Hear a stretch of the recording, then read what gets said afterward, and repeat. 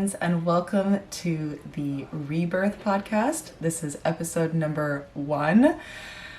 I can't believe I'm finally starting this. I have been talking about starting a podcast for a really long time now, and I started a YouTube channel in 2020, and this feels like the natural progression to expanding and getting into having conversations with others. And so I've been sort of like marinating on it for a really long time, and I reached the point where I was like, I think I just have to do it, because if I just kept on waiting for that perfect moment, it was never gonna happen and never gonna come. So I'm starting here. I don't feel ready, but it's not about waiting till you're ready. It's just about starting, and the passion is so there that I was like, I just have to start it, basically. But I do apologize if you hear little kids screaming in the background. They're downstairs with Matisse, and I am in our room. This is gonna be my podcast layer for now, my office, and it's perfect for right now. And I'll be able to kind of hopefully step away and do this as often as I possibly can. But it's definitely, just getting started here. It's very much the beginning stages, and I am so excited to be doing this. Like I said, it feels like the next natural progression in terms of wanting to open up the space to be having more conversations with others, and just kind of like the evolution of my YouTube channel. And yeah, it's busy times. Definitely, integrating into my life feels like a stretch, because Matisse and I are so busy raising 3 kids. But I need this for myself. This feels like self-care to me, to be able to come on here and to talk and to share and to have this space to set aside for myself to sort of talk about where we're at and the things that we're learning. And I just have this deep desire to ask questions and to talk to other people about their thoughts. Like, I just have this deep desire to learn and to find out more about so many different topics, mostly around motherhood, wellness, spirituality, manifestation, living a holistic life, and most importantly, how can we get into alignment with ourselves and live our most authentic truth. That is what I want to talk about here, basically. So I'm going to give you a little bit of a backstory about myself and how I kind of started on this journey, and this reawakening, if you will. So basically, about, how many years ago was that now? I guess that would have been about 10 years ago. Me and my best friend, who I will have on here one day, we moved to Florence, Italy, and we actually call that our own personal renaissance, which, just FYI, means rebirth in Italian. And at that time, I had been living very much out of alignment with myself. I wasn't listening into the tiny voices that were in my head and my truth. Like, I was living very upstream. My life felt like just such a struggle all the time. And I had been actually living with quite crippling anxiety. And it was really hard to shake it. I couldn't figure out a way to manage it. I didn't have any coping mechanisms to deal with it. So it was just sort of like living with this very intense anxiety all the time. I had been diagnosed with gosh, I don't even remember what it's called, which is funny. But it was basically, I want to say, like, chronic anxiety, was basically what it was. I don't mean to be laughing. I just mean it's so funny from my own perspective to just see how far I've come, because I'm so disconnected from that part of my life now. It's not that I don't honor that part. I'm so grateful for that, because that's what gave me the contrast to where I'm at now, which is that I don't live with anxiety. But it's just so very interesting to me to like look back on that and be like, whoa, like I was really, truly, that was something that was so intense for me. I felt like I couldn't control what was happening around me. And therefore it kind of internalized into the feelings of being very anxious all the time. And it was not a fun way to live. Actually, I was put on medication for anxiety. And then I was given Ativan for when it got really bad and when my anxiety would get to a place where I felt like I couldn't handle it, or when I felt like I was on the brink of having a panic attack. And there was actually one point in my life where I couldn't leave the house without having an Ativan in my pocket, because I was so scared that I was going to have a panic attack somewhere out in the world, and that I wouldn't be able to stop it from happening, and that I wouldn't be able to control it. And so that was how I felt like I had control over my anxiety. Those were my coping mechanisms, was having to leave the house with an Ativan in my pocket. So basically that's what I had been experiencing for quite some time before moving to Italy. That might have been like a few years before Italy, but still, I was still very much living out of alignment with my authentic self. And so the fact that me and my best friend were like, we are going to Italy. I don't care what anyone says. I don't care what anyone thinks. That's what I always wanted to do, was I always wanted to live there, because actually my family is from Italy, my mom's side. And so I've always felt this really strong connection, and I wanted to learn how to speak Italian.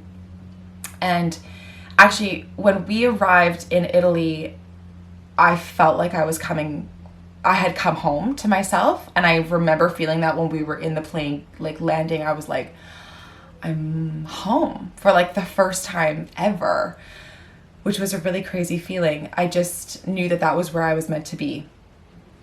And we had signed up for school. So she was doing graphic design, I was doing interior design, which is something that I had been passionate about since I was a kid. I actually used to draw other people's spaces and their homes and what it would look like and what I would imagine their place would look like based on their personality. I would be like, oh yeah, this person would like this and this person would like this. And so at 25 years old, I decided that I was going to go to school for something that I was actually passionate about. Whereas for years before that, I was still trying to figure out like what I wanted to do. I couldn't really decide on something, even though there was things I was passionate about. I was always super into like social studies and politics, funny enough. But I just couldn't commit to figuring out what I really wanted to do, because every time I told someone that I wanted to be an interior designer, they were like, that's really hard. But then I realized that like following a career or a job that I didn't love was also really hard too. So it's like anything that you're gonna do, you have to be committed to, and you have to set aside the time to do it. But I felt like it was a lot harder for me to do something that I didn't love. So I had that realization, which was amazing. And we went to Italy. I was following these passions, and I was feeling like I had come back to myself. And you know, we were just surrounded by so much beauty and so much culture. It was such an incredible experience, but I still had this underlying anxiety that was just in me. And I felt like I didn't have any way to handle it, even still. And So there was this view that looked over top of the entire city in Florence. And I went up there by myself. It was like just in the beginning of spring. And I went to this lookout, and I'm looking out over the entire city. And it's so stunningly beautiful there. I don't know if you've been, but it's just so amazing. And I'm looking out and I'm feeling anxious. Like, I'm in the most beautiful place in the world, and I'm sitting there with just feeling out of control. Like, I could not control what was going on around me. And this is when I actually experienced my first guided experience that I've ever had. And basically, I'm looking out over the city, and there's the Duomo, which is the big church in the center. And I'm looking at it, and the church bells are ringing, and the birds are flying, and the sirens are going off. You know, those like European sirens, they're going off. And life is happening around me. And it wasn't happening to me, which I felt up at that point was what was going on, was that this was happening to me. Like, I was the victim to not having control over these things. But I suddenly saw it in this way that it was actually just happening for me. And it was all going around, whether I was there or not. I had no control over this life that's happening. And I literally had this message that came into my mind that said, you can't control what happens to you. You can only control how you react to it and how you respond to it. And I'm literally sitting there, and suddenly everything just shifted. My whole perspective, my whole view on what I was seeing. And I was like, wow, this is spectacular. Like, I'm alive. This is amazing. I'm living this life, and I get to actually respond and react according to how I choose. I'm not like a victim to, oh God, I have to react to this in any particular type of stressed out way or anxious way or anything like that. I can choose. And that was such a moment of clarity for me. And I really listened to that voice. You know, I don't know where it came from. I don't know what it was. I call it a guided experience. Many might call it other things, but that's what it was from my perspective. And I just was like, okay, like this is how I'm going to live now. And of course, that didn't mean that, you know, we're still humans. We're still human beings having a human experience. So from there forward, I was just constantly being given opportunities from the universe that I had the chance to respond differently to, based on my new perspective. So it was just making, you know, the choice to make a different choice and see things in a different way from that point forward. So basically, I finished that time and that period of my life in Italy. It was spectacular, and it was amazing, and so many incredible things happened while we were there. And I came back to Vancouver, and I was not ready to come back, and I was in so much resistance, like it was sort of coming up in another way. Sometimes I feel like these lessons, they actually get harder right before you're about to learn them. So I had some more lessons to learn, and of course, as a human being, I will for the rest of my life, but I had some things that I wasn't really listening to yet, and I came back, and I was back in Vancouver, and I was so not wanting to be here. But from everything that I learned in Italy, I was sort of brought back to the idea of manifestation. And I had known about manifestation for a long time. I read The Secret when I was like 19 years old, and it really resonated with me. But it was something that, like, you can read a book on learning how to swim, but once you get in the water, you don't know how to swim. Like, experience is knowledge. Experience is everything. So even though I knew about manifestation and I completely believed in the law of attraction, and it had worked for me in several different areas of my life, I wasn't putting it fully into action. So basically when I got back, as much as I was like kind of in this like dark place where I was still like, well, where do I want to live? Where do I want to be? I started putting manifestation back into the forefront of my life again. And I was back living with my parents, and it was just, I did choose a job that was in interior design, but I didn't love it. I wasn't listening to that intuitive part of like, maybe you shouldn't work at a job that you don't like yet. But basically, I did a vision board, and I had put on it that I really wanted to meet the love of my life. That was something that was really important to me, that I wanted to meet someone that I truly was wanting to be with and have a partnership and to have children with. That was so big for me. So I looked at this vision board every day and I did my visualization practice, and lo and behold, I actually got fired. Let's say let go from the job that I was at. I was clearly so not wanting to be there. And on that same day, I met Matisse that afternoon. And it's just wild how, you know, in the moment when it happened to me, I was like, oh no, this is like the worst thing ever. But that rejection was a redirection to where I needed to go and where I needed to be. The universe was just literally handed it to me on a platter. Like, here you go. This is the direction that you're meant to go in now.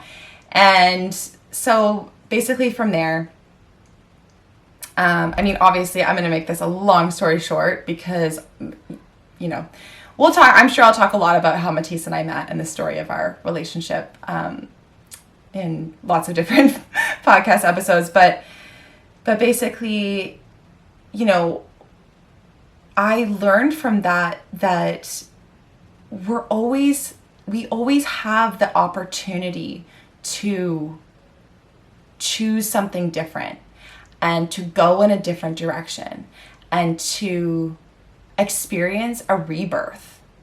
You know, that can happen every single day. Look at Mother Nature. She's constantly going through a cycle of death and rebirth. And even just going to sleep at night and waking up in the morning, it's a new day. It's a rebirth into this new chapter, this new life. And when you can look at it from that perspective, you start to look at every single moment as a rebirth, every single conversation as a new way of looking at things. And when I shifted my perspective to that, honestly, miracles have happened in my life. It's brought me so many incredible opportunities and experiences and so much growth for me to look at things in that way, rather than just being like, I'm stuck, or this is this way and therefore it's not going to change. Now that I look at things as always evolving and always changing, I've been able to have so many rebirths in my life. So basically, Matisse and I had my eldest daughter, Safia, a few years after we met. And, you know, I'll talk about this for sure again in different episodes, but I had a birth with her that I very much chose out of alignment with how I wanted to give birth. And so as much as it was a beautiful birth and she was my first daughter, it was an incredible experience. There were so many things that I looked back on of lessons that I needed to learn. And one of them, the most important one again, was just not listening to my intuition on so many different things where my gut was telling me, don't do this or don't do that. I still chose certain things out of fear.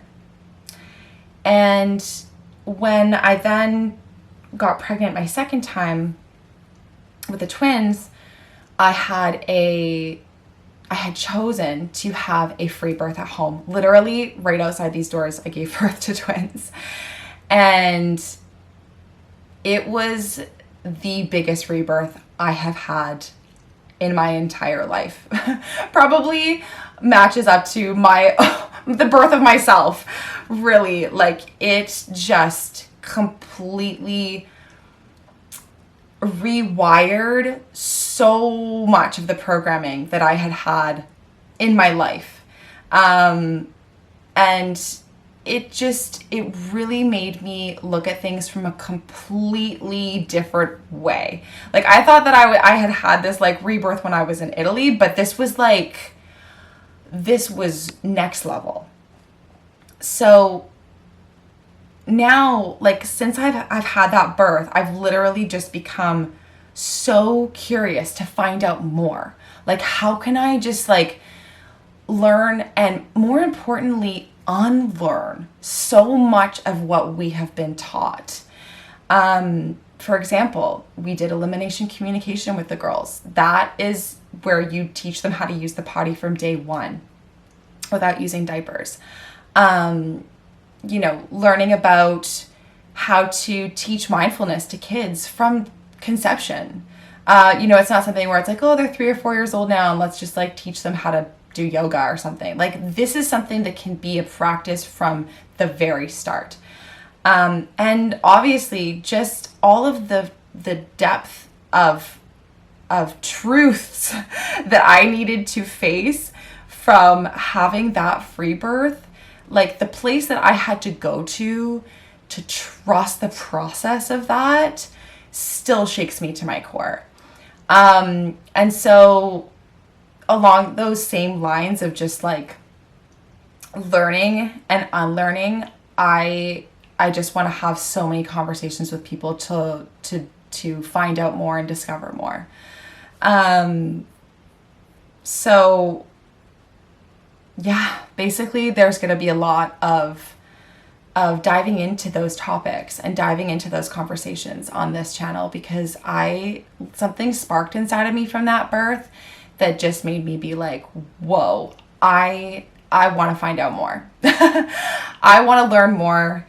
I want to understand more, and I want to have conversations that I maybe haven't had yet. And so, yeah, that's basically all that I want to do now. And it's important for me to show my daughters that this is a part of motherhood. It's not like you become a mother and suddenly that's all that it is, although that is my entire life is motherhood. It's also showing that we can be having these conversations and learning and growing forever. We don't just have to like be one way and stay that one way. Back in the day, it was like, okay, you are going to become a, plumber, and you're going to be a plumber forever, and that's all you're ever going to do, and you're not going to see things in a different perspective. I'm like, how can we figure out how to escape all of that we've been taught? Even just the programming around schooling, and the 9-to-5 matrix, really. Is that really helping us as human beings, or is that hindering us at this point? I don't know. These are just questions that I want to ask and I want to know more about. And I think a lot of people have reawakened to having more of those conversations, especially for what we've gone through in the last few years. There was such a shift in humanity, and I truly believe that so many people were reawakened during that time. And we're like, oh, wait, okay, hold on. What's going on here? I need to redirect, actually. Everything that I've been doing up until 2020, I want to do in a completely different way now. I have seen that a lot with mothers. And it is definitely time. It is time to step into this new earth, this new rebirth into what it is that we're becoming. And I think a lot of us, especially mothers, are wanting to get back to what is really important. I love Joni Mitchell, and one of her lyrics from her song is to get back to the garden. I truly see that for so many people that are like, whoa, actually, I want to be a part of growing my own food. I want to have reverence to feel that, you know, go through the process of growing your own food, taking care of it, harvesting it, and then eating it. Like, I feel people are wanting that more than ever, and they're missing that piece in their lives, and they're wanting to bring that in and cultivate that into their lives again. And again, it's just all about this like reawakening to what it is that's been lost. What are we missing in our society that is so vital for us as human beings to thrive?